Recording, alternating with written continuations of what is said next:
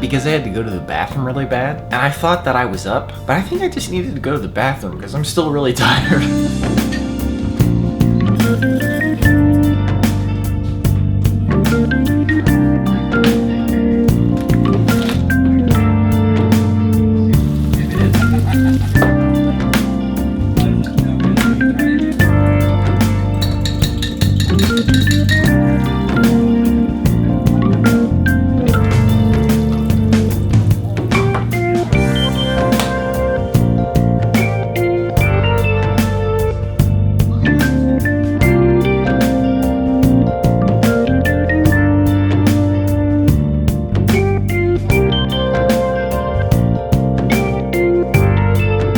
So this is not ideal.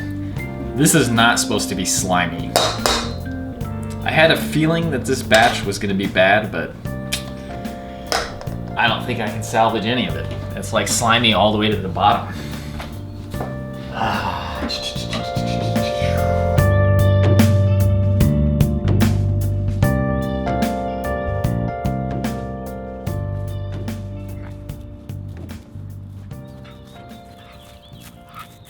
There's a chance that this is salvageable, but I just don't want to risk it.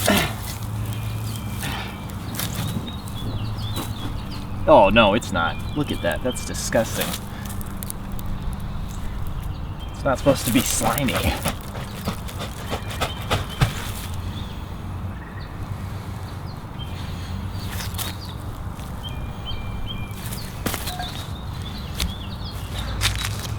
Well, this baking in the sun for a while, that is going to be a horrific sight in no time. Okay, if I don't do it today, it's not going to happen. I need to get some sauerkraut started today.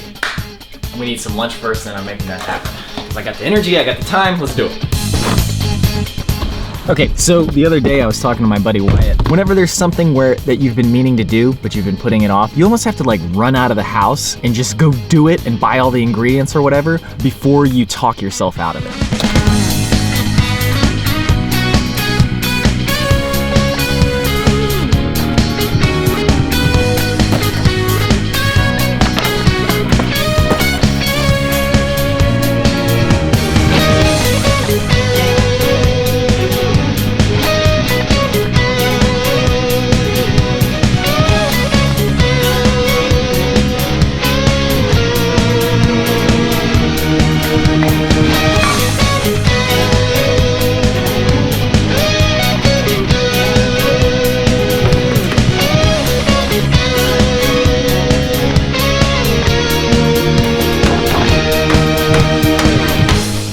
Okay, this is something I have been needing for a very long time, and I finally found one that was a good price. It seems like it's gonna be a good fit. We shall see. 9-volt battery charger. You know, I'm really skeptical of rechargeable batteries. These traditional style batteries that are rechargeable, they usually just suck so bad. But my microphone uses these 9-volt batteries, and I've gone through so many of them, it's shameful. So I was like, I can't keep just wasting batteries like that. I gotta at least try to use these rechargeable ones.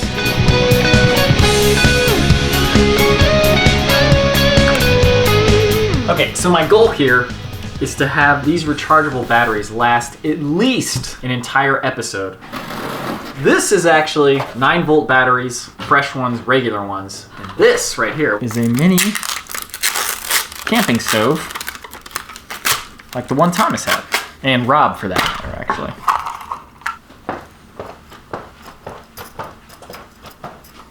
Just need to get some propane before we leave, but that should be good.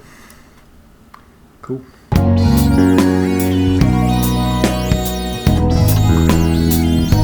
I'm going to teach my class. Good news, my car has completely dried out, which is good because I didn't want any mold to develop.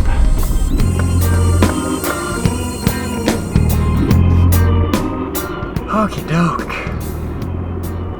I gotta learn some new songs, man. I've been doing the same songs for like 7 years now. I gotta like go to YouTube and just literally overhaul my entire playlist with nothing but new songs. I gotta think of doing that not the day of my class. I think that'll be very helpful. You know, while I was teaching that class, my cool down was that song from the movie Amelie. That got me thinking, timing is everything.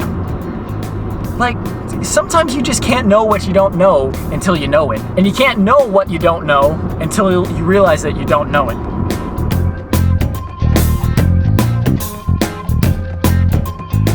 Because when I was in college, I studied telecommunications, which was basically radio, TV, and film to an extent. And I remember specifically we watched that movie Amelie in class one time. And at the time I was like, oh, this is kind of cool, we're watching a movie in class. But I didn't even know what I wanted to know about it. I wasn't looking at it from a technical standpoint. I wasn't looking at it from a story standpoint, a musical standpoint. Well, actually, kind of the music, because I really like the music. But I didn't know what I should be looking for in it and like how I should be studying this movie. But if I were watching it now, I'd be so curious, like, what type of shots did they get? What type of editing did they do? What type of story was it? Like, how did they tell the story? All these different things. But that's only something I appreciate now because I have an interest in it. I always had an interest in making movies, but especially when I was in college, I had no interest in the technical side of things. But I think a big reason is that when I was in school, they didn't have cameras like this. They had the Canon GL1. Nobody ever explained to me how exposure works, for example. So the technical side of it was totally mysterious to me. So I had no interest in learning it because I didn't even know what there was to learn. And, I mean, I'm kind of all over the place, but I just think it's funny because, like, if I could redo school now, school would be amazing. Well, it would be presumably amazing because that assumes that I'd be able to learn the things that I want to learn. I actually think the way it worked out is perfect because now the internet's there, I can learn anything I want, I can pursue the interests I want, I can practice the way I want to. But it's just funny because, like, I went to school ostensibly for video. I took one production class the entire time that I was in school. One production class, one audio class, and one After Effects class. That was it. I took everything else I learned after I graduated. I made one video the entire time I was in school. Oh, I should get that video and put it on my channel. I don't know, it's just timing is everything. Maybe it's not even timing, it's like, it's just weird because, like, your interests change over time. You never know what is going to spark an interest in something or a lack of interest. And I thought I had more of a point to what I was saying, but I don't think I do actually.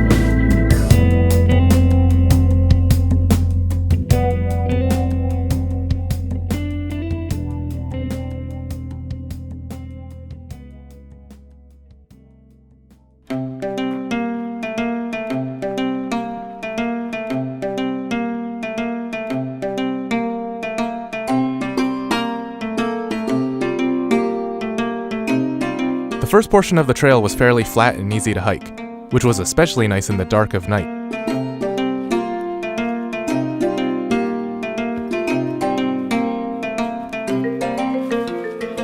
But the lack of light didn't stop us from finding some interesting plants. This is actually a tulip poplar tree, which is, it's good to know that there's tulip poplars here, because then we can start good fires. See, the bark has that familiar cantaloupe look, albeit covered in lichen. And then up there, it almost looks like those branches have like claws on them. And that's just where the tulip seed pods kind of fall off. And a little early in their year, you'll see this very flowery looking structure. But now it just looks like some wildebeest's arm. So here we've got some holly, very familiar sight during Christmas.